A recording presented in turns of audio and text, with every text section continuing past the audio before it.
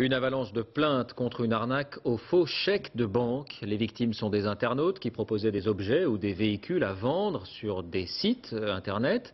D'après l'Association française des usagers des banques, l'escroquerie pourrait toucher des milliers de personnes. Explication Christophe Widman, Olivier Théron.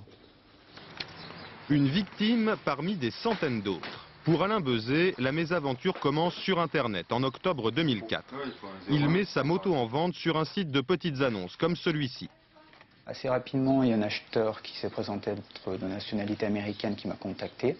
Il m'a demandé les photos de la moto, description, kilométrage, normal pour une annonce. Au début, j'y croyais pas trop.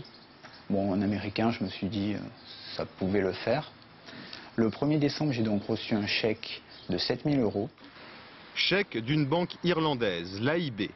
3 500 €, c'est le prix de la moto, plus 3 500 € de frais de transport, et c'est là le cœur de l'escroquerie.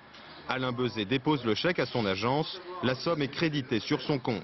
Il peut donc retirer 3 500 € qu'il envoie à un transporteur situé au Nigeria. Problème, ce transporteur n'existe pas et le chèque est un faux. Quand la banque s'en aperçoit, il est trop tard. Les 7 000 € sont retirés du compte. Alain Bezet a donc perdu les 3 500 € de frais de transport qui ont atterri dans les poches de l'escroc. En France, au moins 250 personnes ont déjà été victimes de la même arnaque. Il convient donc d'être prudent.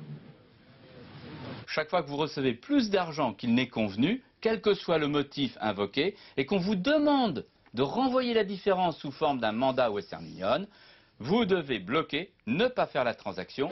Certaines victimes pourraient se retourner contre leurs banques qui ont crédité de faux chèques comme celui-ci avant d'annuler l'opération.